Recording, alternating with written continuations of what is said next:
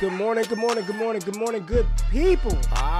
Yeah, you know what it is. Hard worker, scrappy, unfiltered, and sometimes unhinged football content. Hard to explain, but you know it when you see it.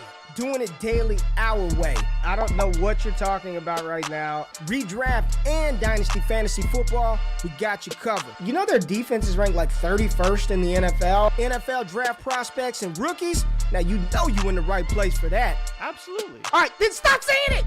Then we're done. And prop bets with my man JRich. Count that money, man. Now wipe the crust out of your eyes, get you a cup of coffee. It's time to wake your ass up with Ray G. You honestly are making absolutely no sense and you sound silly as hell. Let's get it, GMGP.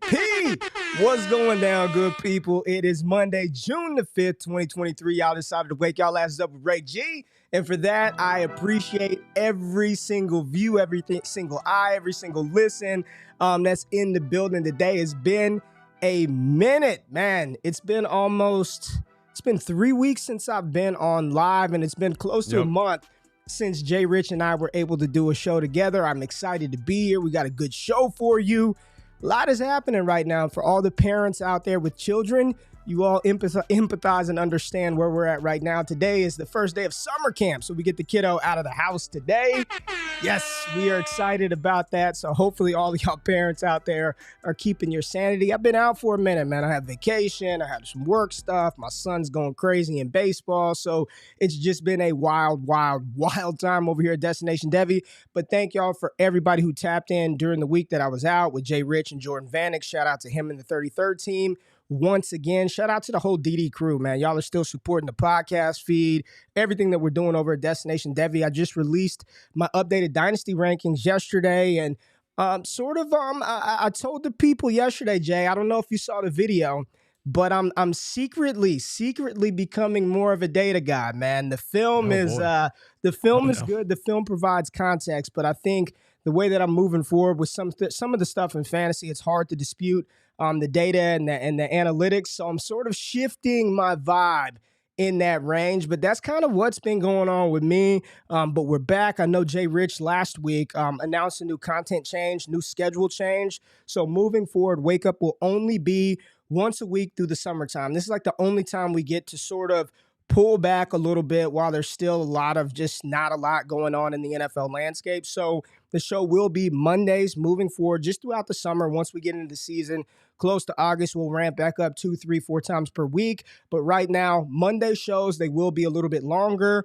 We're going to have a lot more structure to them starting next week. Just some different things we want to incorporate into the show. But for June and July, for the most part, in the early part of August, it'll just be a Monday show, a little bit longer. We'll do a little bit more. Want to incorporate a mailbag section to really answer some people's questions that they have from the fantasy space, NFL, content creation, whatever the case may be. But we got a lot of dope stuff lined up for you. Let me see who's in the building. I didn't even see who my people were in the building. Jay Peters, good morning to you, my friend Jay. Good to see you. Marlon's in the building. Kevin, John, Graphic 13. What's happening with you, Graphic 13? Antoine Davis, Todd Claire in the building, as always. Cold World TDE, Rico Stone, 7 Goat Rings, Scott Connor in the building. What's up, Scott? Rumors. Let's make it a great week. Yeah, we'll stay away from the rumors, but we will be talking about a lot of what's happening in the NFL. My boy Fizzle Dollars in the building. What's happening, Fizzle? Elwood, Andrew in the building, Jimbo. We got a good crew here. And excited to dive into all things NFL here in a few minutes, but I got to kick it to JRich. How you doing this morning, man? I'm good, bro. I'm good. You know, it's good to have you back. Good to be back. Shout out to Goat Rings. He said I held it down the week you were gone. That's right. You know, your Lakers. You've been ducking me for weeks. Come on, bro. Ray, what's hilarious, right? So I did the show with Vanek on Wednesday, and at that point in time, you had the Lakers about to get swept and the Celtics about to get swept. It's like 13 days later now. Finals is kicked off. The Heat, man, tied it up 1-1 last night. Yeah. I haven't watched a single NBA playoff game. I've been tapped into baseball fully. Y'all know I've been doing the baseball videos. Shout out to the Jays. They swept the Mets, their first road series sweep of the year. So great for them to get going. But honestly, like you said, it's been a time for me to decompress, me to relax. You've been gone, so less distractions that way. Y'all know Ray G keeps me busy sometimes. But for me, like you said, Ray, we have a lot of things that we're doing behind the scenes in terms of me putting together graphics, developing the show further, making it the best show it could be. And I think that's where the people are going to get the most value out of this time. I know y'all are sad that we're only going once a week, but trust me, what's going to end up happening as a result, that's what you're going to see over the coming months, days, because what we're trying to do is make this much bigger than it is presently. And we love y'all for where we're at, but we have so much further to go. And I think with the plans that we have in place, we're going to be able to do that. So that's been the main focus, I think, for both of us. But excited to be back on screen. Both of us back together. The band is back together. Back together. After how much time? It's been a minute. And we have to talk about mans running in shorts against DBs, against air. And that's the season we're in. So there's nothing we can do. We got to talk about it. We've been gone a while. A lot of good reports, a lot of positive reports, some negative stuff. Some players can't hit the mesh net. Some can. Some footwork critics out there. Lots of things going on in the NFL world. What does it mean?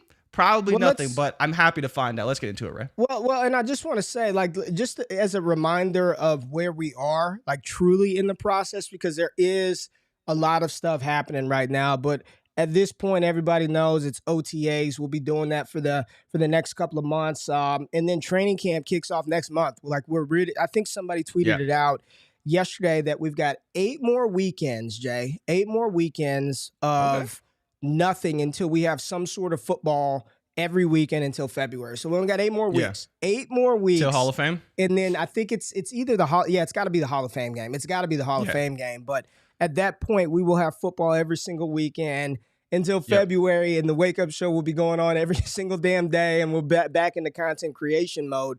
But just a little reminder of where we are in the NFL process, Jay. And, I kind of talked to the patrons about this the other day in the Discord. Like, I know there's a lot of stuff happening in OTAs right now. There's a lot of football, a lot of NFL, and there's a lot of, I don't want to call it evaluation, but flag planting this early in June and May. And I don't know how else to say this, but if there were a time to not hit the net, if there were a time to throw interceptions, if there were a time to do it, like, now is the time to do that. This is OTAs. This is the time where for NFL teams, like, it's a lot of install, because once you get to training camp, you don't have time to install. You don't have time to learn the plays and figure out the formations. Like, now's the time to screw up. And then when you get to training camp and when the pads come on, that's when you don't want to have those mistakes, right? So as you see your favorite player airmail a pass or drop a catch or not running at full speed, like, this is the time in May, in June, if that's going to happen, this is the time to do that. And I see a lot of people kind of overreacting, swinging the pendulum too far in either direction. But, just a little reminder of where we are in the process, Jay. You know what I'm saying? Yeah, I mean, there's so many things going on. Twitter clips galore. We do have mandatory minicamp from the 14th to the 16th, so you should see a lot of clips then. You'll see a lot more players at training camp, at practices, all that stuff with the team. Right now, it's still kind of optional. There's a lot of rookie things going on, but that's when we will probably see everyone in the building for physicals, for workouts, and we'll probably see plenty more clips to go around. But there is a lot of stuff that we do have to get through right now. And like you said, it's fluff, but the key is to not overreact. Pay attention, because these are the kind of moments when we get the Deontay Johnson's playing outside and Juju's playing in the slot. And if you took advantage of those reports early in the offseason, that really paid off for you. So you do want to pay attention to what's going on and how these players are being valued and how they're lining up, if you can find those reports, because there is some information to be had, but just don't go all the way over the pendulum, because it doesn't mean that these things are going to happen. And I think, you look at some of these underdog drafts and why these guys are rising or falling. There's some positive reports, some negative reports, but it doesn't mean that it's all legit, right? Yeah. There's always going to be movement in the market, whether you're playing Dynasty, whether you're just looking at the NFL as a whole. But you look at underdogs sometimes and you're like, these guys are flying up and down the boards. And, there's a lot of reasons why. And sometimes it's literally just because some guy made a catch in practice. Yeah. Well, that's what's crazy. Well, underdog drafts are a good way to sort of gauge where the community is valuing certain players going into the seasons. It's a very good snapshot of how the masses, because we all know, right, with Best Ball Mania 4, and shout out to Underdog, you see them in the banner. Those are our sponsors who pay the bills, right? Use the promo code WAKEUP for a 100% deposit match up to $100, and then you can join in the Best Ball Mania live contest, $15 million in prizes, $3 million to first place. But this is where people are sort of showing you how and why they value certain players, across the NFL landscape, Jay. And you put together a dope graphic of just the top 5 risers and fallers over in the last 7 days, the ADP changes. So let's just walk through this and kind of talk about some of the players that are moving up and down, some of the players that are moving up, the top 5 movers and the top 5 fallers, man. So, I mean, right off the top, for people who aren't watching the video, you have Rondale Moore and Marquise Brown. Rondale Moore is up almost 30 spots in ADP. Wow. Marquise Brown up 11.7. Of course, yeah, Ray, of course, has to give the air horn for Rondale Moore. It's Rondale Moore's season again. Oh, yeah. This is, of course, on the back of the DeAndre Hopkins news, because there was the time when he was going to be released, and then, well, maybe he's not going to be released. He's at the facility, now officially released, and we will get into that later, implications of all of that. But on Underdog, you're seeing it reflected in the ADP of a Rondale Moore, of a Marquise Brown. Now you look at Marquise Brown, he's in the 7th round between Gabe Davis and Deontay Johnson. And, you look at that value and you're like, okay, he could easily be the target leader on the team. And that's where you get kind of the Deontay Johnson vibes. You want a guy who's going to get a lot of targets. What does the actual upside beyond that look like? Hard to say, because the quarterback play is going to be questionable for we don't really know how long. And even when Kyler Murray does come back, doesn't mean that he's all of a sudden going to become this stalwart asset, right? And then another guy, right, because I do want your opinion on this one. List obviously is down now, but Tank Bigsby is rising. And I'm sure you've seen this a little bit. You were kind of gone when the ETN slander was hot. And it was hot. ETN stinks. He's not a goal line back. He can't carry the load. They need to Tank Bigsby.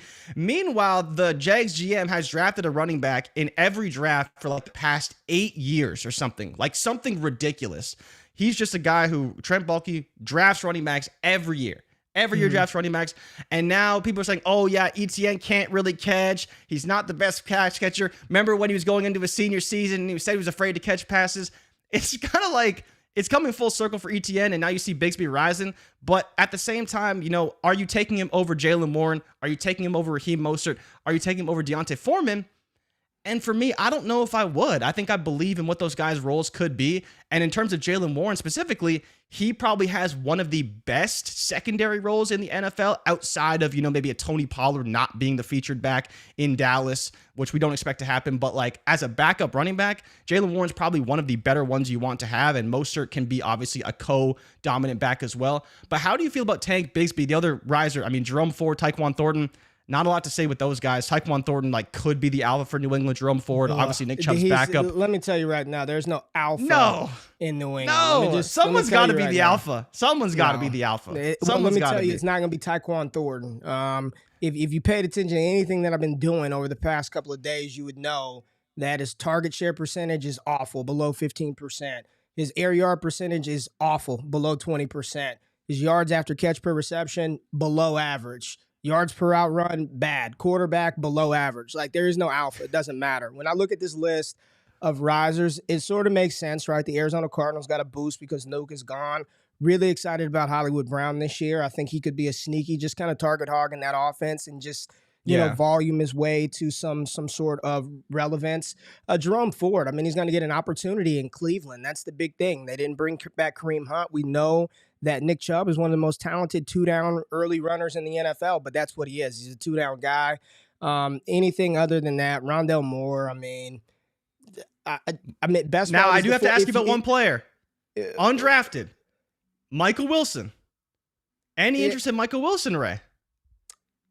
I mean, there's interest to a degree as to they could see the ball, but the issue with Arizona, and we'll talk about them later, is the quarterback position, man.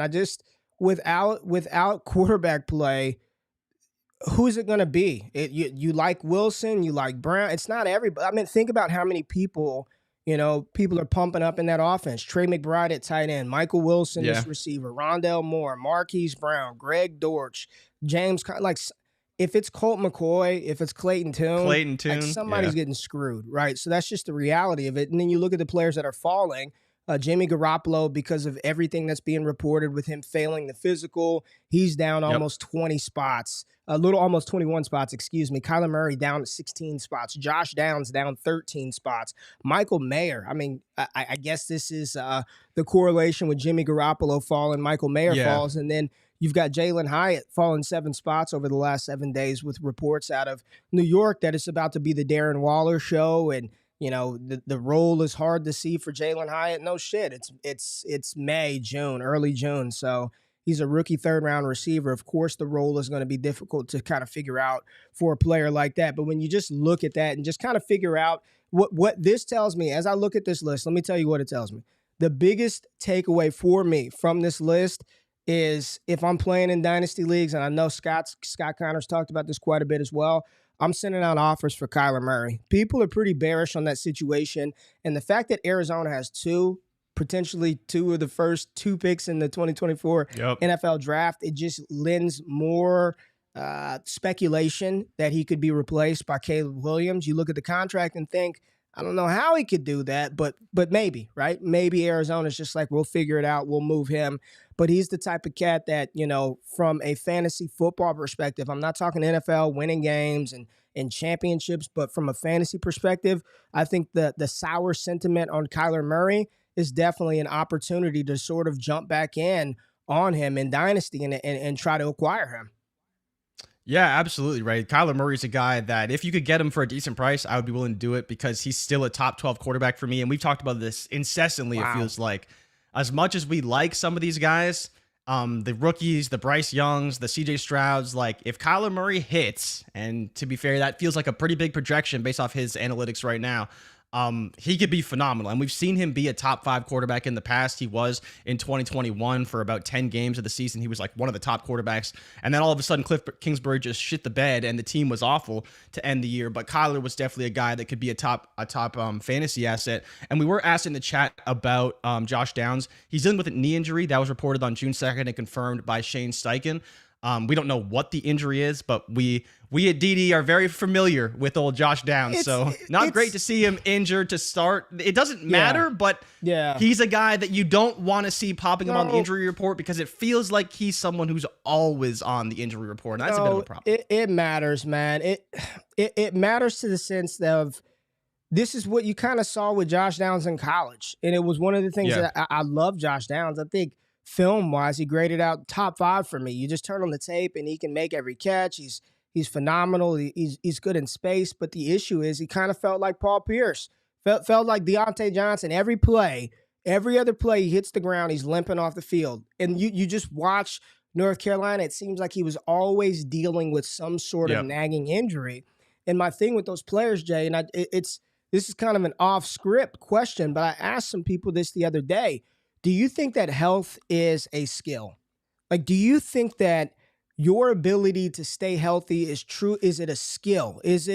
Or is it random chance? And I know I'm using 2 of the most ridiculous examples for this conversation because they're 2 of the greatest players to ever play their sport. But you look at Tom Brady and you look at LeBron James, for instance, right? And those players were able to sustain elite performance at the highest degree for 15, 20 years. And is that just because they were genetically different, or is it because they took care of themselves, right? And you look at other players who are talented, who are good, but they just can't stay healthy for whatever reason. Do you personally, there is no right or wrong. I am curious, is health and the ability to stay healthy, is it just random happen chance, or do you think it's a skill set? And when you're looking at some of these players who were habitually banged up in college, or they've got a long laundry list of injury, do you think that's something that they're going to magically overcome as you get to the highest level of that particular competitive sport? Right? They're bigger, they're faster, they're stronger, they hit harder, you get more blows to the body, more impactful hits. I find myself asking that question, like, is this something these guys can learn? I don't know. It's one of the questions we ask about Tua right now. Can he learn to stay healthy? I don't know, man. So in the case of Tua, I'm going to say no, because he's going to get hit and he may get hit on the head. He may fall awkwardly, and that is what it is. But in terms of the overall question, I think it's absolutely a skill. And it's not a skill from the standpoint, I think it's a skill from the standpoint of like, you have to actually train the right way, have the right diet. And I think part of that is experience in any league, right? You talked about LeBron James, Tom Brady. literally the best players to play their sports ever. Right. And their longevity is a product of, one, a massive investment in their health, right? Both financially and physically, because we know they have nutritionists, trainers. Tom Brady has a whole product line of things that he invented and developed to make himself the greatest quarterback, one of the most durable quarterbacks of all time.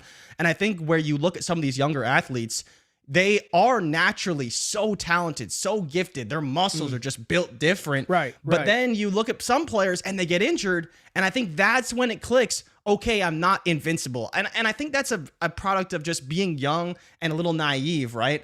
A lot of guys come into the league, I bet, having never really had a ton of injuries, never having a serious injury. Then all of a sudden you have your first serious injury. You're like, damn, I got to take better care of myself. Jamal Williams, he was a player who early in his career, he talked about it. He was eating tons of candy. Him and Aaron Jones, I think both of them admitted they used to eat tons of candy, and they're like, oh man, I'm in the NFL now. I got to take better care of my body, injuries, all these things. They start stacking up. And I think everyone's different. Everyone has to kind of go through their process. But I think it's a skill from the standpoint of everyone at some point in their career playing football is going to have a serious injury. There's just, you can't play through college and even into the NFL without having some kind of fairly serious injury. Maybe it's not a torn ACL, but it's going to happen. And at that point, how do you respond? Because I feel like that's when some of these guys start to take their bodies a little bit more seriously, put more investment in time and care into their bodies.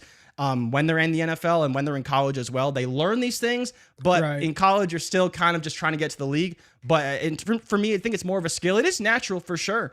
But I mean, you look at a lot of players. I think Keenan Allen's a perfect example. A guy who got hurt early in his career, a little bit unlucky, but has been durable beyond that. And I wouldn't be surprised if he kind of had a bit of a wake up call and said, damn, like I keep getting hurt. I got to take better care of my body.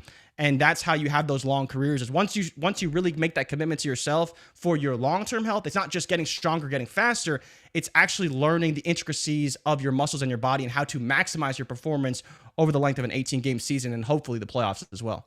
And unfortunately, that's something we just can't measure. Like, unfortunately, that's just something you don't know. And I think in baseball, who was it, Cal Ripken Jr., who played like how many straight games he played in? Dude, it's like 2,000 straight games. It's like unbreakable record. Yeah, just ridiculous level of the players who were able to. And I saw Koopa Troopa put something in and said a little bit of both, and some luck there. Luck involved as well. But just an interesting question as you look through some of these guys. And I'm not saying that's Josh Downs, but it is one of the things that was concerning. But with his college profile, it just seemed to always have some sort of injury that was limiting him. But a very good player, and hopefully he gets everything together. Make sure you head over to Underdog Fantasy. Jay's got a lot of dope tools. Koopa Troopa, who's in the chat, has put some stuff together with this Warp tool where you can kind of look at some different things in some pockets and some areas to attack some players in the draft, Jay.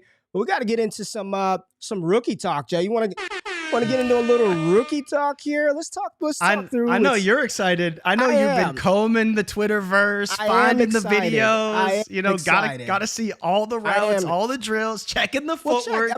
No one else is. Justin Jefferson's not practicing right now. It's just the vets are half-assing it. So it's rookie season, and as we approach this NFL season, the enthusiasm for the young players just continues to grow. And luckily, we did have 3 first-round quarterbacks last year. We've got a lot of young bodies playing the quarterback position right now. It's almost like a QB sort of renaissance. And you just look back, and you really have to sit back and say, everyone that we sort of grew up with that were the GOATs of our time, they're gone. Brady, Manning, Breeze, Rivers, all these mainstays at the quarterback position there.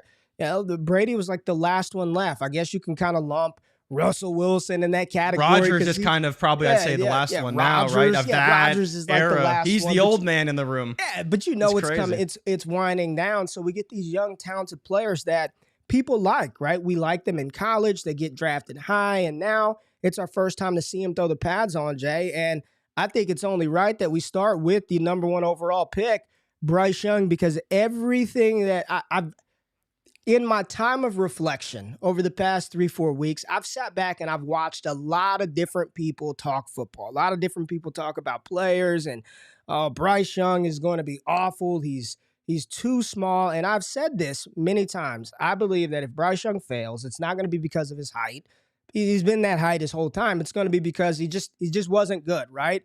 But everything we're seeing right now, Jay, And this is some, for those of you not watching, we're showing some clips from some OTA practices from the Panthers, and we saw Bryce Young just dot up Terrace Marshall. You see LaVisca looking like a tight end out there. I think that was him. A miss by Andy Dalton. We got Bryce Young to the top of the screen, dotting up another receiver over there, Jay. And as I'm just, everything that I've watched from Young, his ball placement, the accuracy, look at this, just feathering it in there, the timing. Perfect.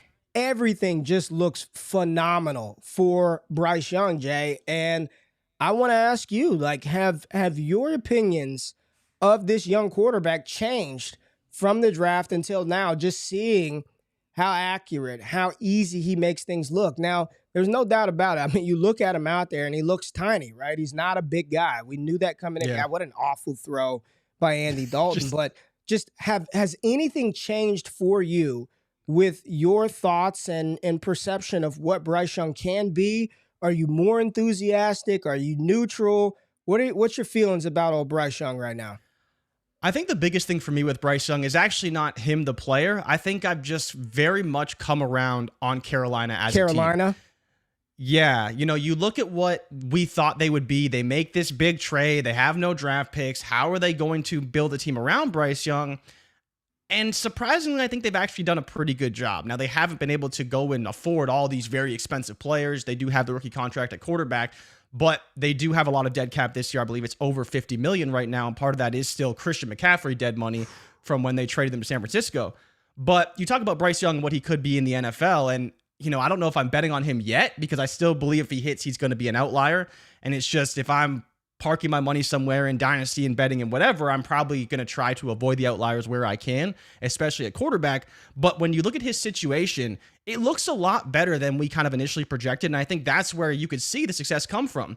Like, nobody's in on DJ Shark right now, but he could actually be pretty good. He had some good years in Jacksonville. He showed some good things in Jacksonville. Even in Detroit, he had some good games as well. He could have the best quarterback of his career, and no one cares. Like, it's just like, oh yeah, whatever, no big deal. I think Adam Thielen's days are behind him, but he's still a great red zone weapon for everything that he's not kind of down the field and getting open easily. He could still be a red zone weapon. He still has good feet. But, Bryce Young's not going to need a ton, I believe, at least to succeed. And so it's just, what is success for Bryce Young to the masses, right? To the pundits, because he's up high right now. In a lot of fantasy leagues, he's like a top 10, top 12 quarterback. I don't know if he will return that investment, but for a rookie, I think he could be a guy who completes 65% of his passes, throws for 20 plus touchdowns, keeps the interceptions under 10. It just depends on the volume, but that would be a pretty successful season, because even when you have quarterbacks like Baker Mayfield, who broke the touchdown record in his rookie season, didn't throw for like 3,500 yards. He was a guy who was just pretty efficient, threw his touchdowns, and I think that's what Bryce is going to be. They're going to be a run-first team. They're going to run the ball. Deuce Staley is the running back coach, so there will be a rotation there. They will use Miles Sanders a ton. They'll use Chuba Hubbard. They'll lean on that offensive line and that run game. But talking about what Bryce has available to him weapons-wise, considering all the draft capital they gave up and what they are in terms of his cap situation, I think they did a pretty good job building around him. And honestly, I think they have a much better shot of success, especially on offense, than the Houston Texans, who, while they did make a terrible trade as well, it didn't impact their draft capital as much, at least in the 23 draft. And they still don't have the weapons, in my opinion, that Carolina has. And so you look at success at quarterback in year one,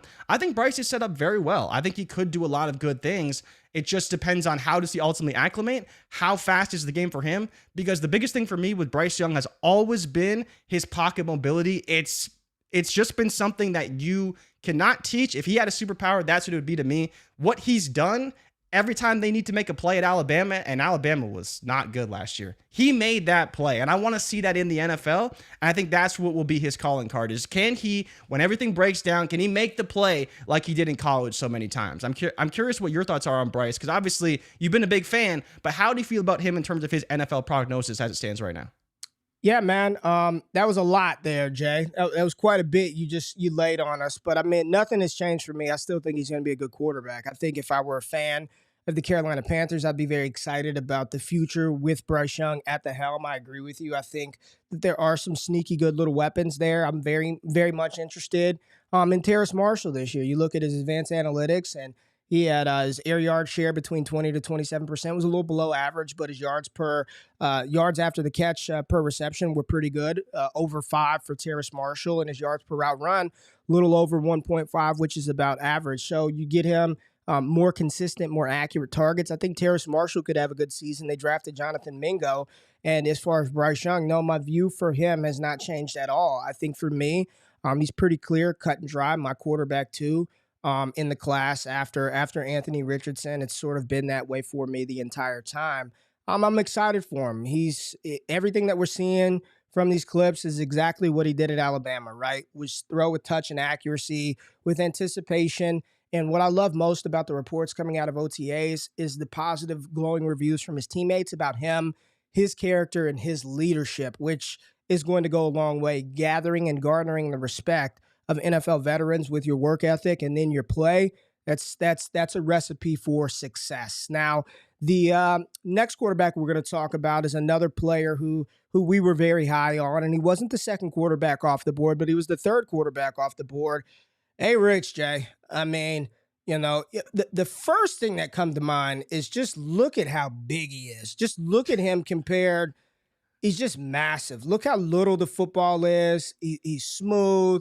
There he is. He dots it in there. The charismatic, enthusiastic energy that, again, Pat McAfee's talked about it, and other people inside the Colts organization have just talked about how, charismatic he is, how hard he works, and how damn good he's been so far early in OTAs. You see him dotting up these nets, right? These passing nets. Now, he probably missed like 6 of them before they showed these ones, but at least in these ones, damn it, he looks good, and I'm excited. You look at him, you're like, how does this dude fail? Is there so much margin for error when you have this athletic, physical specimen, right? That when things do break down, that he can utilize his legs to turn and take off, Jay. But as you're watching JRich and you're reading the reports and you're looking at the things that are going on in the league surrounding him. I mean, I'm going to ask you the same question, Jay. How are you feeling about Anthony Richardson today compared to where we were in April or March or February? Where are you at with JRich today?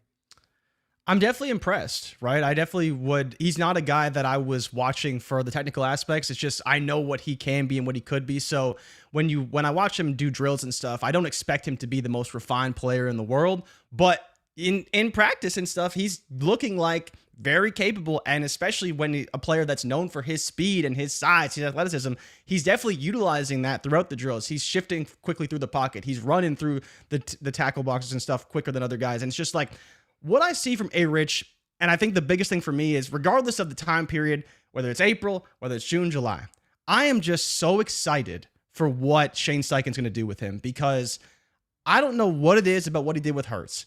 I am just dumbfounded at the success they had last season, and a lot of it was because of the offensive line, but I am so excited for what he could do with JRich. I don't care about practice. I don't care about drills. I am just so excited to see him hit the field and what they ultimately do with this offense because I think, like you said, it doesn't seem like he has a lot of flaws in his game. It just seems like if everything clicked, he could be one of the best quarterbacks in the NFL because he has every tool you could possibly have. People are going to say whatever they want about his accuracy. That can develop over time in the NFL as well. And especially depending on how they scheme him up, that could be improved with that as well. But I'm excited to see it all play out. I think he has weapons. I think they have a pretty decent team. They need to improve a little bit, but where they're at today, especially when you compare him to the other rookie quarterbacks, he's a slam dunk. He's in the best situation with the best coach. I'm going to ask you this question. We're going to revisit it because this was one of the hottest points of contention in the fantasy football space, all pretty much leading up to the draft, or at least after the combine. And when it looked a little more official, like Richardson was probably going to get the requisite capital, I'm going to ask the question again. Super flex. Let's revisit the one-on-one conversation. Where are you at today with that? Let's just say you've got 10 one-on-ones. You got 10 cracks at the one-on-one. How many of them would you use? How many of them would you use on Anthony Richardson? How many of them would you use on Bijan Robinson? You got 10 I would cracks probably at go 60-40 in favor of Bijan. Okay. 60-40, I'll take that. Yeah. It's not that I wouldn't take JRich. I think if I had one pick, I would probably still take Bijan. You know, of course, team dependent factor there. But, you know, you still want Anthony Richardson. You still want shares. I still don't think it would be my dominant choice. But I would definitely take some shots because there'd be some situations where I'd want to do that, formats, etc. But if I got 10 shots, I would definitely take at least 3 or 4. I couldn't see myself going quite 50-50, but I couldn't see myself going much less than that either, right? Yeah. Because I wouldn't want to be so exposed to Bijan at an 80%, 90%, especially, of course, 100% rate. Right, I'd have to have a portfolio that's pretty balanced because I think both have a very good shot to be really, really good. Obviously, we expect Bijan to be good, and he has a ton of value in the dynasty trade market, but JRich is really holding his own in that department. So I think I would be 60-40. How would you approach it if you had 10 rookie drafts? Rico overall? hit it 70-30 for me. I'm 70-30. Okay. Super flex, QB is king. The leagues that I play in, QB is king. Doesn't matter. And when you look at, now this is, there's always some influence by the head coach into the offensive coordinator and what they run. But last year, when you look at the Philadelphia Eagles, their run-pass rate was 56% of their plays were pass plays, and 43% of their plays were rushing plays. So if you sort of, I'm not going to just like one-for-one marry that over to the Indianapolis Colts, but what's surprising, Jay, is where you think that the league is more, 50-50, it's just not. Most of it is like it's 55-45. Like it's, when you look at the teams, there was only one team last year that had a higher run rate than a pass rate. Do you know who that one team was? One team in the NFL. Has to be the Atlanta Falcons. They're at 51-48. Yeah. That's where they were. And I know that doesn't equal 100, but there's some point after each one. But Falcons were the only team in the NFL to run more than they passed last year. 48% pass rate to 51% rush rate. Every other team in the NFL threw the ball more than they ran the ball. So if you're looking at JRich and that Colts situation this year, and let me just give you what the Colts did last year. I get it. This was a completely different offense. 62% of their plays were pass plays last year. 62%, 37% run rate. So a lot of that probably had to do with the fact that they didn't have Jonathan Taylor. They were behind in games, so they just threw the ball. But it's just interesting to see that. So when you're doing those projections for Anthony Richardson, make sure you factor those in. And the last rookie quarterback we're going to take a look at is the people's quarterback, man. The people's quarterback. We'll go to Tennessee. You got Ryan Tannehill here, old man Tannehill. People just don't like Tannehill, but you look at his numbers, and he's been pretty damn good and pretty damn consistent over the last 3 years. And then you got Malik Willis coming up. Malik Willis, some rumors about him potentially not making the team, but look at that, dots up that net. Then you got big, nasty Will right here. Look at him, the calf muscles, short shorts, looking good, moving through the bags. Quick. Will Levis is going to turn around, and oh boy, airmails that one. All right, oh boy, Jay, let's talk a little Will Levis right now. A little Will Levis, little Ryan Tannehill. Where are you at with Levis? Because I just, once he fell in the draft, Jay, I just have been out. I just don't want him. I don't want to be the one to have to draft him. Nobody wants him. No one's going to trade you anything for him. And quite frankly, I mean, Tennessee, we talk about how bad they are. They've done nothing to indicate that they're not going to try to go for it this year. They still got Tannehill. They got Derrick Henry. Looks like Treylon Burks is coming along. Yep. Will Levis, just, is there any hope there, Jay? Is there any hope for Will? I'm not gonna say there's no hope, but definitely it seems grim right now. People who watch the show all the time know I've been like the biggest Tennessee hater of all time. Like I don't want players to play there. I don't want them to go there. To be fair to Tannehill and to be fair to Tennessee, they actually have had some pretty efficient offenses. But again, in terms of fantasy, it's not really quite there. The counting stats aren't really going to be there, especially for them. The biggest indicator is the offensive line, which is god-awful. Their wide receiver group is the worst in the league. So there's really not a lot of positives that if Will Levis does start, is he going to be... Here's the reality, right? You look at Tannehill last season, he was like bottom 7 in terms of QB efficiency. When the previous season, when they had a good running game, good offensive line, he was in the top 12, right? So then you have Malik Willis. When he plays, he's basically the worst quarterback in the league in terms of EPA per play, and his efficiency is just god awful. Now, again, small sample, whatever, but we saw him play. We know he's not good. If Will Levis is somewhere in the middle, you're talking about a quarterback that's in the bottom 5 probably in efficiency, and it's not necessarily because he's such a bad quarterback. It partially is because he has to grow into that offense, into the NFL, become a better quarterback, but also because the players on his team are god awful.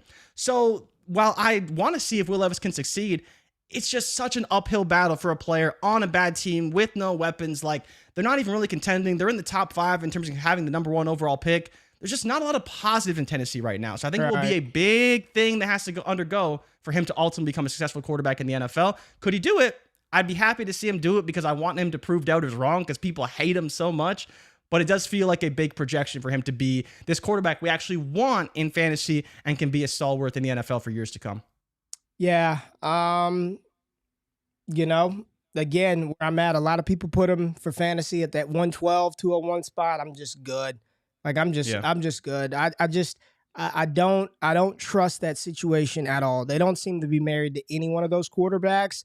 But I will say I am very excited for Treylon Burks this year. It seems like everything that we're hearing out of Tennessee has been really pro Treylon Burks, positive in his direction. So pretty excited about that.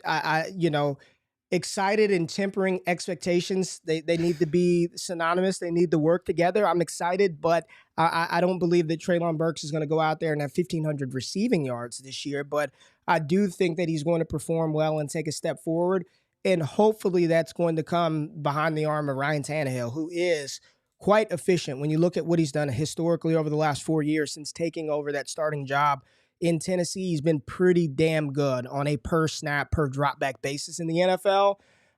Where is that going to get Tennessee? I don't know. Probably middle of the pack. They're not going to be, I don't care how bad their receivers are. There's no way they're going to be like top 5 in the NFL as far as picks, like the bottom 5. They're not going to be bottom 5, but they're not really. You don't think so, eh? I don't think so. I don't think they're going to be bottom 5 team in the league. Not with Derrick Henry. Not with Ryan Tannehill. But the problem for Simmons. Tennessee, so. It can go south quickly.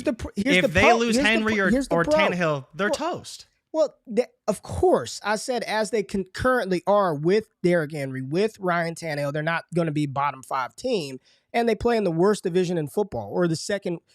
Okay, Ray. Okay, they play in the worst division in football. They might. It's debatable. Where would you rank the Tennessee Titans in their division right now? Assume health for all the teams. Second. Jags, Texans, Colts, Titans. Jags 1, Tennessee 2, Colts 3, Texans 4. Or Texans 4, Colts 3. Tennessee second in the division. They're second in the division. Now, the AFC South is buns. The AFC South is buns, but the NFC West is pretty bad after San Francisco and Seattle. I have no clue what the Rams are doing. I'm pretty sure the South plays the South too. So this season you will see the AFC South play the NFC South, and that's why you have the NFC Falcons. South is okay. The NFC South is fine. The NFC South is not the worst division. What's the difference? Okay, but here's a question, right? You have the Jaguars, clearly better than the Saints. Yes. It's really not even close. Yes. So then you have the Panthers, who they could be all right. The Falcons will probably be pretty good. The whole division was 7-9. They were in the playoff hunt because the division, no one could win it. That's why they're not in the playoff hunt. They're not. It's close, but so that will be interesting how that shakes out because both those divisions play each other. Vrabel's too good to be bottom 5. They're not going to be a bottom 5 I like team. Vrabel a lot. I feel bad for Vrabel. I think he's a great coach, but their team is god awful. Like, it's just the defense is great, but the offense is going to be really bad, and they haven't done anything to make it any better, and that's the biggest problem. So I think they'll probably be third. I think. Well, let's talk about let's kick it over to the NFC, and let's go to the NFC West, because sort of probably the biggest piece of news that's happened over the past week, and we're still trying to figure out a little over a week now, but it was the release of DeAndre Hopkins, right? Hopkins, the Arizona Cardinals, and I saw Gannon and company said yesterday that it was in the best interest of their team moving forward. So now it's sort of the carousel of where DeAndre Hopkins is going to play, and where'd these odds come from, Jay? These DK? This DraftKings? DK Sportsbook, yes, sir. DK. The Cleveland Browns, plus 100 to go to the Cleveland Browns, plus 400, Detroit Lions, plus 500, the Buffalo Bills, and plus 700, the Kansas City Chiefs. Now, Jay, there was already some stuff coming out where it said that I believe Buffalo wasn't in on him, Kansas City, Yeah. Dallas not in. That's what they say, right, on DeAndre Hopkins. Then Hopkins said that he's open to returning to Houston, and he's also open to returning to playing with Deshaun Watson. So where do you think DeAndre Hopkins ends up? Because for me personally, I'd love to see him just for selfish reasons, because I want to see Mahomes with an elite receiver. I would love to see him go to Kansas City and walk right into a true number one receiver role. He would be much different than Tyreek Hill. And thankfully for us, we wouldn't have to compare him to Tyreek because they're two different players. But he would step into the wide receiver one role. Like it's no Tony, it's no Richie James, it's no Sky Moore, it's no Rashee Rice. It would be DeAndre effing Hopkins. But where do you want to see him play, and where do you think he ends up ultimately? You know, when I looked up the odds, I was pretty surprised to see Cleveland so high. You know, I'm you pretty mentioned shocked Houston. to see that. They're like 15-1. Baltimore's 15-1. We know we saw him linked to Baltimore early. Probably not going to go there anymore. Yeah, Scott said it. Buffalo did sign Leonard Floyd, so that was pretty interesting to see. Good that. signing. Yeah, to pair him back with Von Miller, and then he'll probably swap out with Gregory Rousseau, rotating there. Yep. But I think what's interesting about Hopkins is, one, I want to see him on Buffalo, so he's probably not going to end up there now. Kansas City, you know, for everything that Tyreek Hill was in Kansas City, people really underrate what he did in his final season and how many short passes and plays he made for that team to get them through on third downs, to make quick decisions and get the ball out of Mahomes' hand a little bit faster, which is where Nuke could definitely thrive. I still want to see him play for Mike McDaniel in Miami, because I think that would be just awesome, but it's not going to happen. That's my own personal dream. I do, man. I think an offense of Nuke Hopkins, Tyreek Hill, and Jalen Waddle would be just ridiculous. Just ridiculous. No. I think that team would so be, because go out there and get 62 targets. No, I don't. No, want that, he would, man. bro. He would still get his touchdown upside through the roof. I think that would be a great fit, because he could play in the slot. He'd be unreal.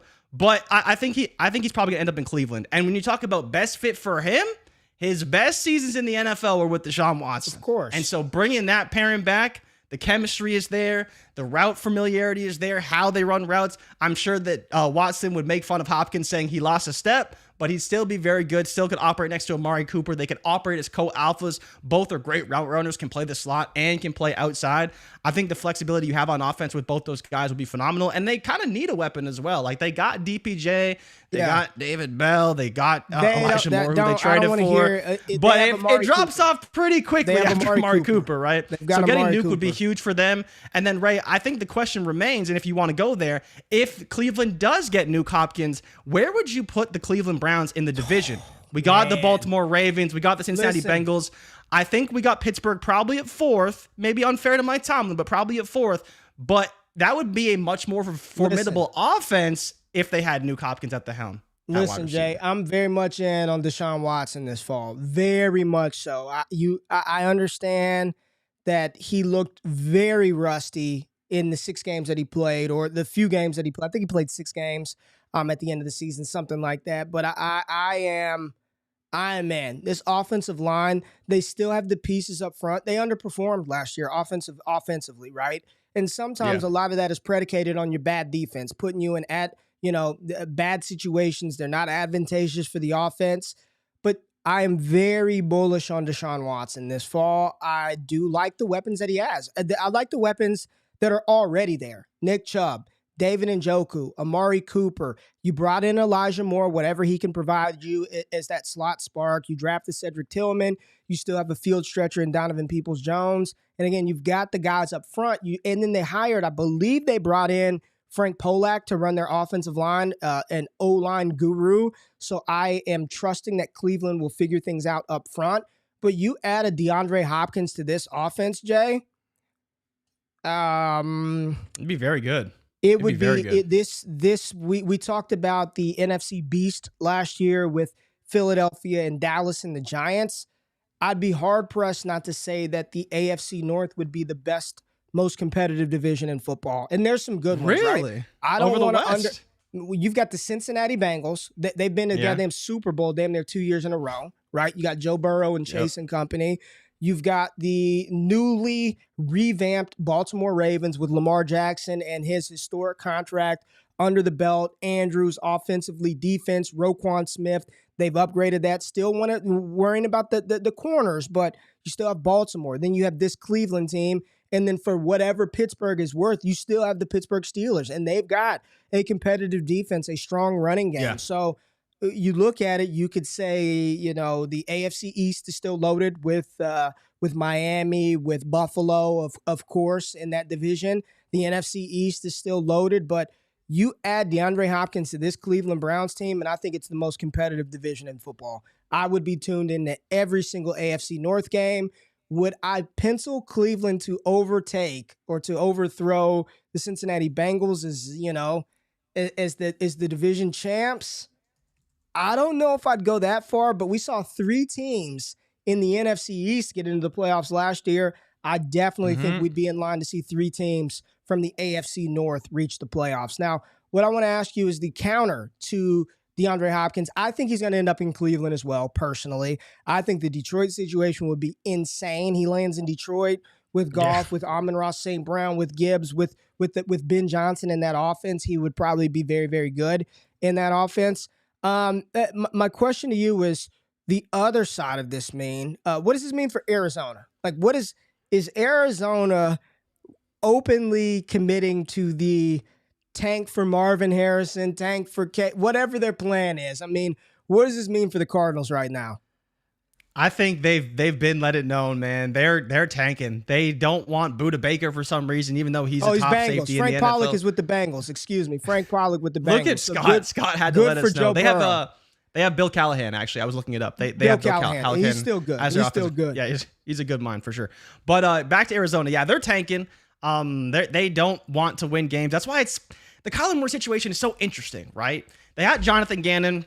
I know JV was on the show with me. He does not like Jonathan Gannon. He thinks Jonathan Gannon is awful. Like, he thinks he's a fraud personified. So we'll see. JG some time. Let's give him a little time. See.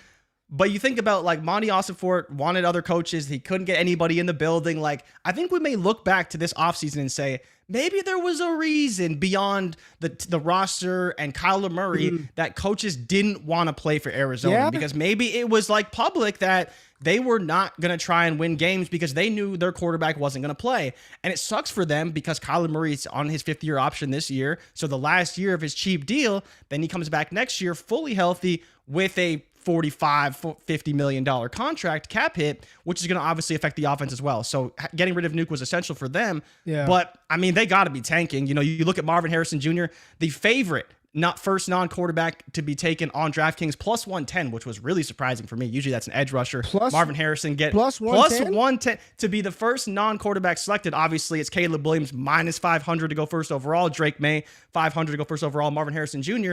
the first non-quarterback plus 110, which again that's pretty heavy favorite. I love Marv, but I don't know if he'll be the first non-quarterback taken. But yeah, Arizona clearly is all in on these two guys. Whether they get Caleb or not and what they do at quarterback, but it seems to be right. I'm not going to say it's a guarantee, but if I could bet Marvin Harrison Jr. to be playing for the Cardinals in 2024 today, that's a bet I would probably make because with the draft capital they have, there's pretty much no way that if they really want Marvin Harrison Jr., they could go out and get him. And they haven't re-signed Hollywood yet, have they? They haven't given him his extension when they traded for him. I don't think Hollywood's gotten the deal yet. They should. They should. And listen, I was probably first saying that the Arizona, and at first it started off as just a joke. I was like, the Cardinals are tanking for Caleb. They'll move Kyler Murray. And while that's still a theoretical possibility, the financial situation, I just don't know. And if Kyler ever hit the market, if I were in an NFL team, I'd be trying to get him. I know some people are like, if you got to put a clause in there about Call of Duty, I don't want him. But when he's on the field and playing, he's one of the best quarterbacks in the league. So if he were ever available, you think the market was hot for Watson. I mean, I'd be doing everything I could to get Kyler Murray. And his contract's locked in, which is huge as well, I just don't think it's going to happen. Realistically, it's fun to talk about, man, what if they can get Caleb Williams and Marvin Harrison? But the reality is it's probably going to be trade one of those picks for a king's ransom. I'm surprised Joe Alt is not up there for odds to be the first non-quarterback selected. He was pretty high. He was in the top 4. He's a freak tackle out of Notre Dame, but it's going to be interesting to watch that play out. I do think Nuke ends up in Cleveland, and I think that duo of Hopkins, Amari Cooper, Elijah Moore That'd and be good. Joku, DPJ, and Seth Tillman and David Beller, way down the list, way down the list. And if you're still holding Anthony Schwartz, get out on that as well. So there's some other things going on too. Got a bunch of injured players, Jay, coming back. Oh, here we coming go. back. Bunch of injured players coming back, and one of fantasy football's most beloved darling running backs is back on the field, and he's playing, Jay. And he looked. Listen, it's one clip. Right, Javonte Williams, and we'll just loop this he can run. so we can feel like it's longer than what it is. But Javonte Williams suffered that devastating knee injury a couple of games into last season, and there was a lot of rumor and speculation that his career is over, he's done, he's never going to play again. Hang it up, he's not there. He's got the Rob Gronkowski bionic leg sleeve brace thing on, but listen, he's on the field in early June. Participating in football drills, Jay. This is ultimately good news for Javonte Williams. It's exciting for Javonte Williams. We want players to go do what they love to do, which is play ball and play well. And Jeff Mueller, who does injury stuff for us, Jay, he tweeted this out about Javonte Williams, right? He said, 7 months, 9 days out, great sign. He's loading, decelerating, and jump cutting off his right leg. Then with noted comfortability in full extension acceleration off of the right leg upon reestablishing his base, whatever that medical stuff means. And then he just says, range of motion looks pretty good. Not seeing what we saw with J.K. Dobbins last August with limited range of motion of his involved side going through these drills and yada, yada, yada. I'm becoming to think he's ready to contribute week 1, which is 3 months, 10 days from now, likely timeshare. Then he has some interesting pictures and videos of J.K. Dobbins going through this kind of stuff last year, Jay. So let's just talk about Javonte Williams. He's coming back. How you feeling about old Javonte now? And for me, let me just say this. I'm just personally excited that he's back on the field and playing, right? I'm glad he's on the field, glad he's able to participate. What are you thinking we're going to see from Javonte Williams coming back? I think it's hard to say. He's playing in a Sean Payton offense that will be a running back rotation. He's always had a running back rotation. Whether Javonte can really seize the majority share of that rotation, we'll see, right? It'll depend on his health. And like Jeff's saying, right now he looks really good. I don't know if I'm in quite yet because his price is still surprisingly high. Like when you look at him in underdog drafts, we thought that he would kind of fall when there's reports, well, he may not make it through the season. He's kind of on that J.K. Dobbins track. His price still was, up in the 70s, 80s in underdog drafts. And I was like, oh, I don't know. And so now you see these positive reports and it's like, well, I mean, goddamn, his ADP is going to skyrocket because people are going to be back in. At that price, I'm probably not going to be in. I just may go another direction. But at least at this point, from what I'm seeing, I'd be willing to take a shot here or there. It wouldn't be a guy I'm all in or all after because that rotation can be tricky. Like I do believe that Samaje Perine will have a pretty solid role in that offense because he can do everything from a 3-down skill set. I know you don't want to believe it, but like regardless of at what time, I mean, Ray, if you go back and look at Saints running backs, Deuce McAllister was getting carries. Right. Like, Yeah. Everybody under the sun gets carries in New Orleans. So I think there will be a rotation. You're right. Javonte, if he can seize the large majority of the rotation, that will be great. I think it'll come down to, for his value, how many passes does he catch ultimately with Perine being there, being a good pass catcher, being good on third down, or will he be more of a first, second down grinder, at which point his value may be somewhat capped depending on what his touches ultimately are in this season. I think he'll be good.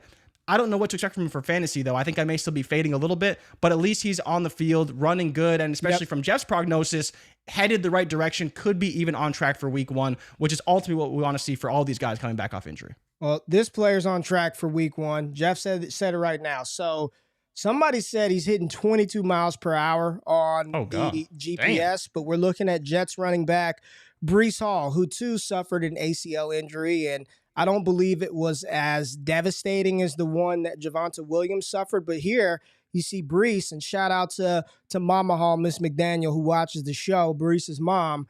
But he looks good. There's no knee brace. Breece looks thick, doesn't he? Looks big. He looks big, yeah. Looks like big left tackle Lenny out there. Yeah, Breece has got some of that summertime weight on, but he'll get that off and he'll be ready. But Breece Hall, you ready for Breece? You're talking Javonte, you're not ready, and Breece Hall's cutting around, and he's looking good, Jay. Breece is looking good, and again, Jeff said that, long story short, oh yeah, Breece Hall is playing week 1. Yeah. He's saying straight line or not, 6 months out, it's looking good.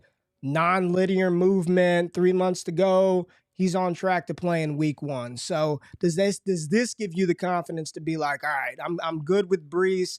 I'll draft him in redraft, because that's really what it boils down to. In Dynasty, you're good with him, but are you picking him in seasonal leagues? A lot of people watching the show, they just play fantasy for the season, right? Is this a player that, I believe in underdog, he's coming off the board, what, third, fourth round in underdog drafts? So are you optimistic enough about Breece Hall to be like, I'll take him seasonally, like this year, underdog, redraft league, you're in on Breece?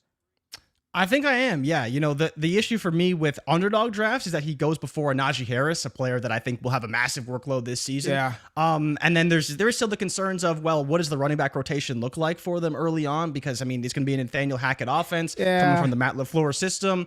How do they ultimately deploy these running backs? Because again, Breece Hall, phenomenal talent.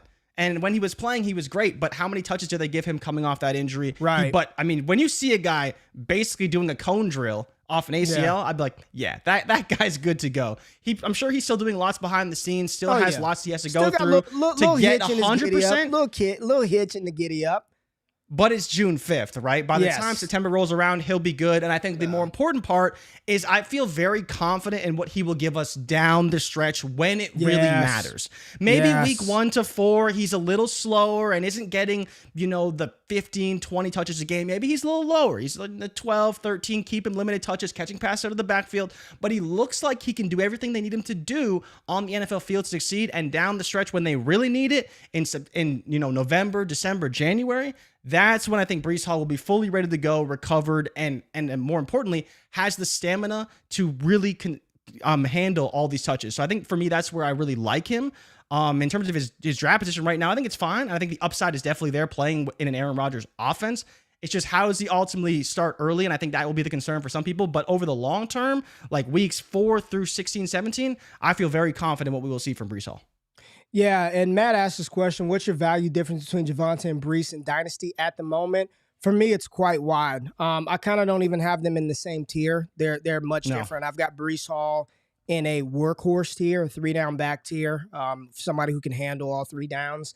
And I've got Javonte Williams in a separate tier. He's a committee lead back. I think he can handle all 3 downs, but more than likely he's going to be in a committee role, and he's quite far down that list. I've got 9 other running backs ahead of him. I'm still not all the way in this year. I think his underdog ADP is a little wild. It's kind of asinine to me, given the format of how that tournament is set up. I just would not, you need the points, and I wouldn't be investing a lot in Javonte Williams over there, but like him, I'm enthusiastic. I hope he comes back. Jay, I want to talk about another guy coming back, and this is one that we kind of dismiss and discredit.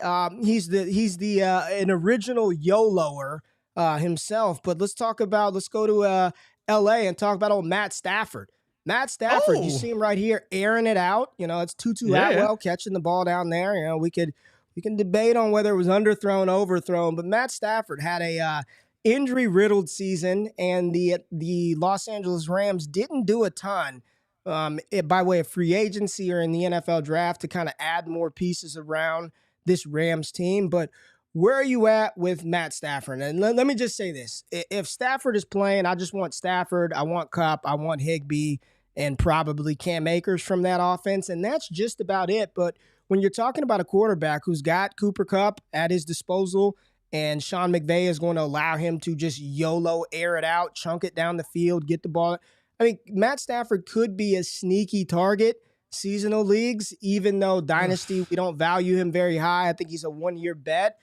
Where are you at with old Matt Stafford and that elbow? Is there's a lot of people, we're talking about Stetson Bennett, and we're talking about Bennett and how many starts Bennett's going to get. But where are you at with Matt Stafford this season, Jay? I think I'm out, man. I don't think I want to deal with Matt Stafford. Right. I like Matt Stafford, but I don't think we're seeing the 2021 season from Matt Stafford, unfortunately, Ray. I'm sorry. I hate to be the bearer of bad news, but when you're in company with Justin Fields and Russell Wilson in terms of passing efficiency, I don't want it, man. But he's going to throw a lot. He's going to throw a lot. He's got Cooper Kupp. He could throw a lot, but he just wasn't very good. And that's with Cooper Kupp. And people forget, Ray, Cooper Kupp was on track in like not in complete respect, but in some ways to have a better season last year than he did the previous season. Because he was just on fire, and he's really the only weapon there. But then Stafford got hurt and all these things. Like, I want to see Stafford get traded where he can go to a better team, where he has an offensive line, because that's what broke down for the team. They didn't have the offensive line, and Stafford really needed that. And you saw that from week 1 against the Bills when they got destroyed. Stafford got sacked like 8 times. He was throwing the ball away. He's getting hit like crazy. And it just kept happening. Obviously, Stafford ended up getting hurt, didn't play the rest of the season. And like you mentioned, the Rams defense, god awful. Gonna be terrible. How many games does Stafford play? I don't know, but it doesn't seem like they're going to trade him. They probably should. It seems like based off where they're headed, they should be trading Kupp. They should be trading Stafford. But, you know, where we're at now in the quarterback market. A lot of people in the chat, they're out on Stafford. They just said the back Where's issues. the upside going to come from, right? Even for 1 year, this year for the Rams looks no better than the Arizona Cardinals. It really doesn't. Like, if you get Kyler Murray back, who's worse? Is it the Rams or is it the Cardinals? I think the Cardinals are still a worse team. You still have Aaron Donald. You still have Cooper Kupp. You still have Cam But they have Akers nobody outside of Aaron Donald. They have like 10 rookies on defense and Aaron Donald, and that's it. They don't have anybody left. They got rid of pretty much everybody they have. Right? That's the biggest problem. They're bad. You mentioned they're going to be bad. They will throw the ball a lot. The Rams and the Cardinals are bottom 5 teams. We were talking about Tennessee. Tennessee's not a bottom 5 team. They're not good. But the Rams and the Cardinals, they should be a bottom 5 team. From the NFC West are literally battling it out for being 2 of the worst teams in the NFL. And we got one more video clip, Jay. We got one more. This player, a lot of people still love this player returning from injury. Let's go out west. Let's stay in that. Let's stay there. Look at old number 5, Trey Lance. Woof. Watching old Lance right here coming back from the ankle injury, and I'm just kidding. I'm not gonna do Lance dirty like that, Jay. I'm not. You just did. I'm not gonna. You could have pulled any clip here we from go. Trey Lance. I got another one. Here we go. Good. There we go. There's old Lance, Boom. right? Bootleg, threw it behind George Kittle. Huge. Little behind, but.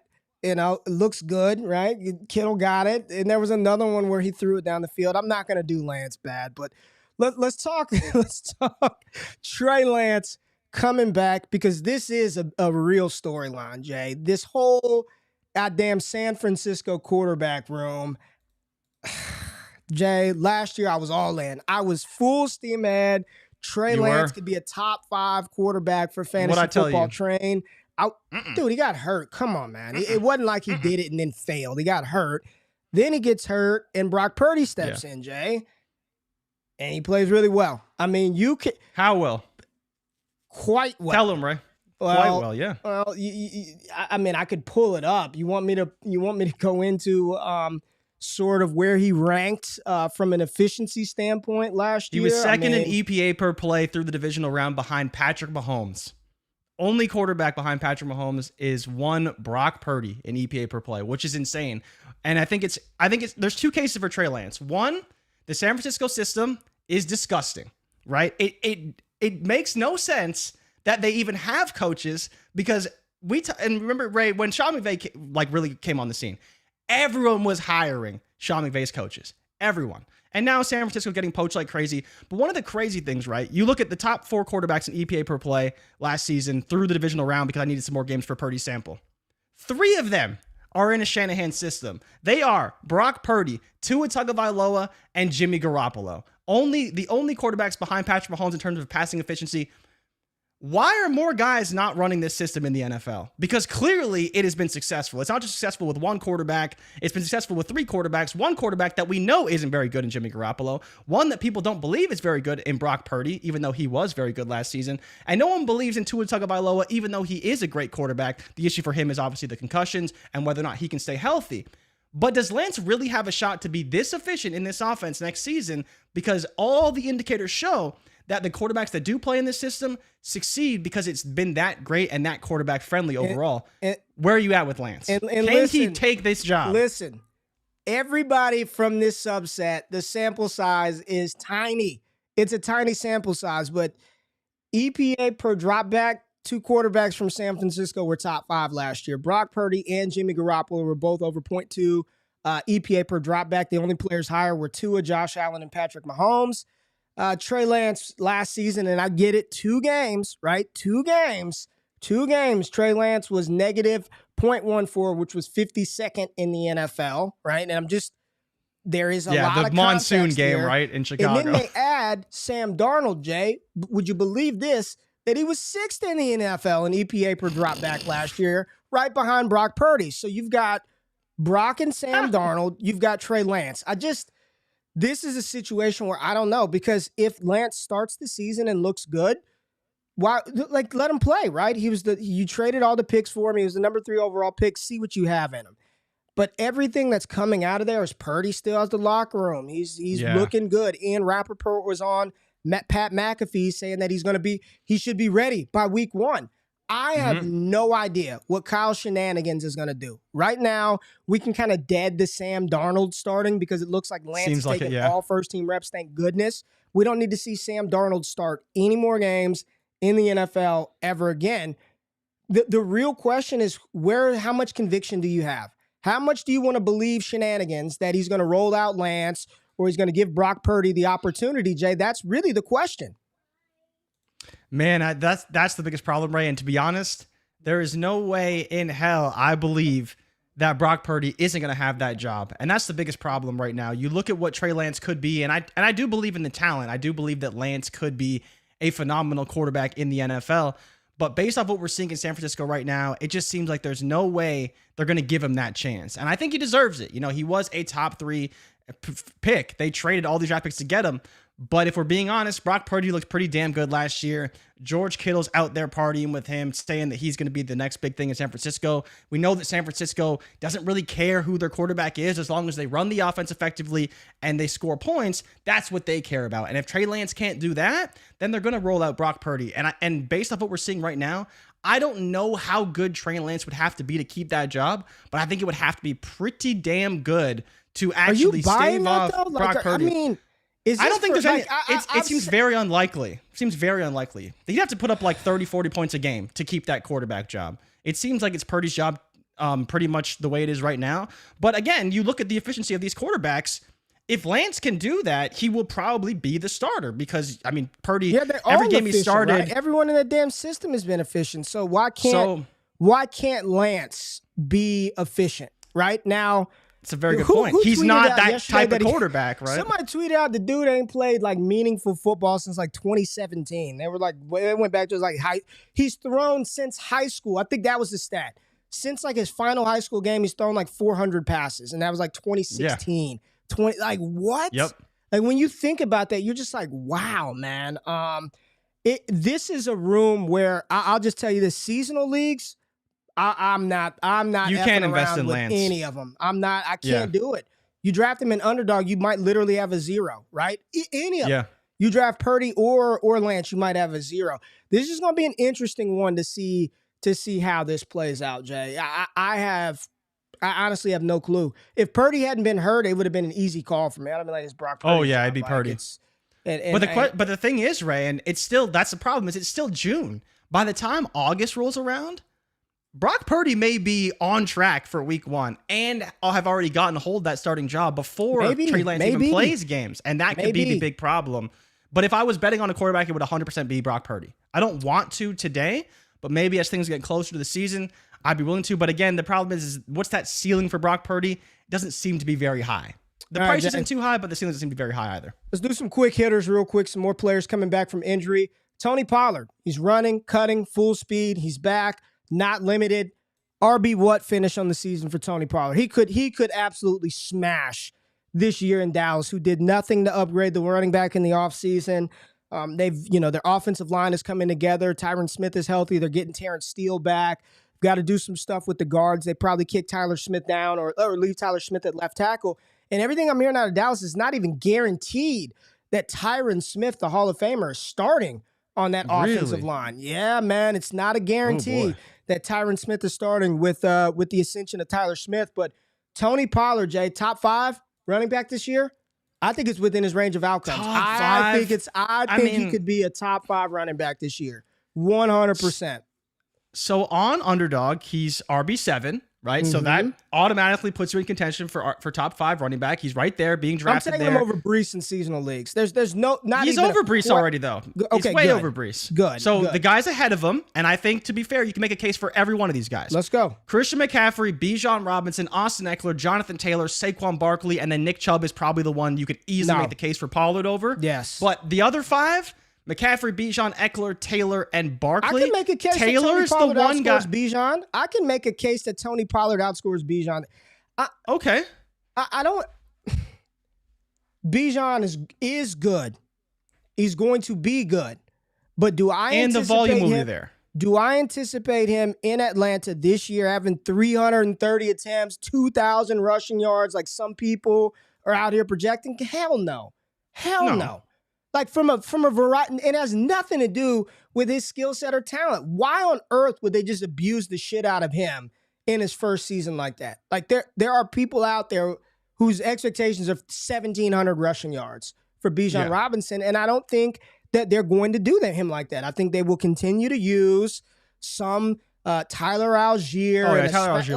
I don't think they're going to do that to him this year. So I do think there's a world in which Tony Pollard in 23 definitely outscores Bijan Robinson. Hell, maybe even Saquon Barkley. I think he has got the ability to be a top 5 running back, and I'm pretty confident in that one. It has nothing to do with Pollard individually being better than Bijan or Saquon, but the opportunity, the offense, the scheme has changed with Brian Schottenheimer, no doubt. Yeah. But I can make a case for him being a little better from a fantasy perspective than a couple of those running backs that you listed off. Yeah, for sure. And I think JT is another one. You know, if we look at what we expect from JRich and a rushing quarterback, a rookie quarterback who's not going to be as efficient as the veteran, plus the fact that JRich may run for some touchdowns as well, taking away from the touchdown ceiling of JT. But I think the other part we have to acknowledge is that right now, Tony Pollard's ADP is probably a little bit inflated because there's nobody there. They're going to bring in a running back. Like, I don't see a world where Dallas doesn't bring in a veteran. We don't know what veteran it's going to be.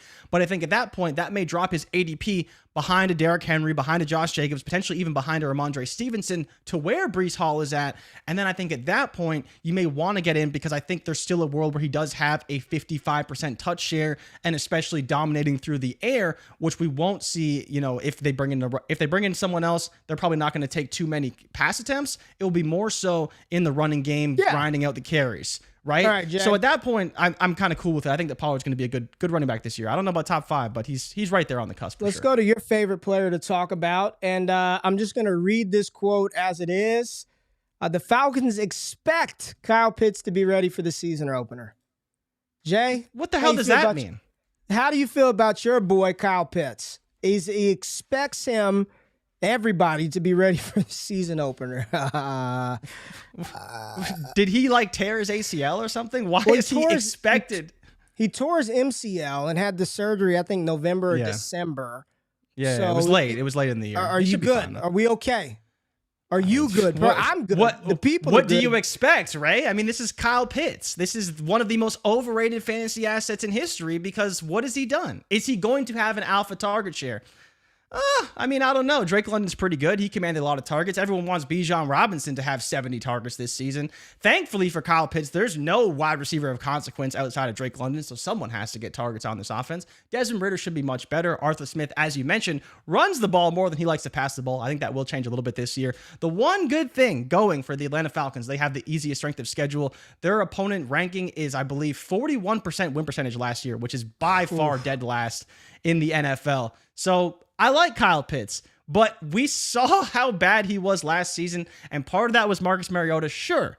But part of it is just the system that they run, and if he's not the number one target, then he's probably not going to have a ton of fantasy value. His entire fantasy value is predicated on two things. There is nobody in Atlanta, and he's a tight end. If he wasn't a tight end, and there was actually players to throw the ball to in Atlanta, he wouldn't have as much value because he hasn't been the alpha since he was a rookie. They drafted Drake London, and Drake London commanded the targets. You in this alpha thing, you are just so dug in. Because people expect all these guys to get 130 targets. No, but one guy can get the most targets. You just said there are no guys besides Pitts and London. Yeah, that's the one thing going for him. It's Pitts and London, and that's it. And I still think London's going to have the majority of the target share. And that's why I would rather have Drake London than have Kyle Pitts. That's how I see it. And then, of course, you already mentioned Bijan Robinson's going to catch passes. How many does he catch? We don't know. Could be 70, could be 80. Who the hell knows how many passes he catches? Probably will be in the 50 to 60 range. At that point, doesn't take away from Kyle Pitts too much, but we'll see. You know, his off-target percentage was fucking like through the roof last year because Marcus Mariota couldn't hit him. Then he got injured when Desmond Ridder played. So we really have never seen Ridder and Pitts and London all together. Right. But we do have to remember that London and Ridder went through rookie minicamp together. They have more chemistry than he has with Pitts. So we'll see how it shakes out. But I fully expect that Kyle Pitts will be fine, but still maybe a little bit overrated as far as I'm concerned.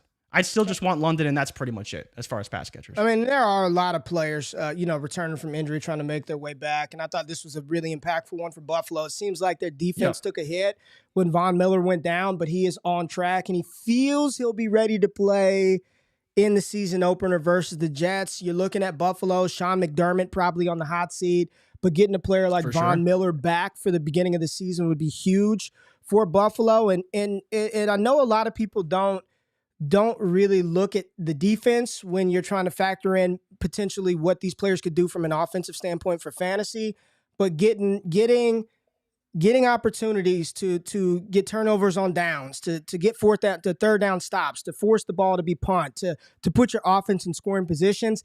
This would be very good, not just for Buffalo from a team standpoint, but also what Josh Allen can do from an efficiency standpoint. Having good defensive players back. Scott dropped in the chat today, Leonard Floyd just signed with Buffalo, so they're trying to revamp their pass rush group. They gave Ed Oliver that big deal. So Von Miller feels like he'll be ready to play in the 2023 season.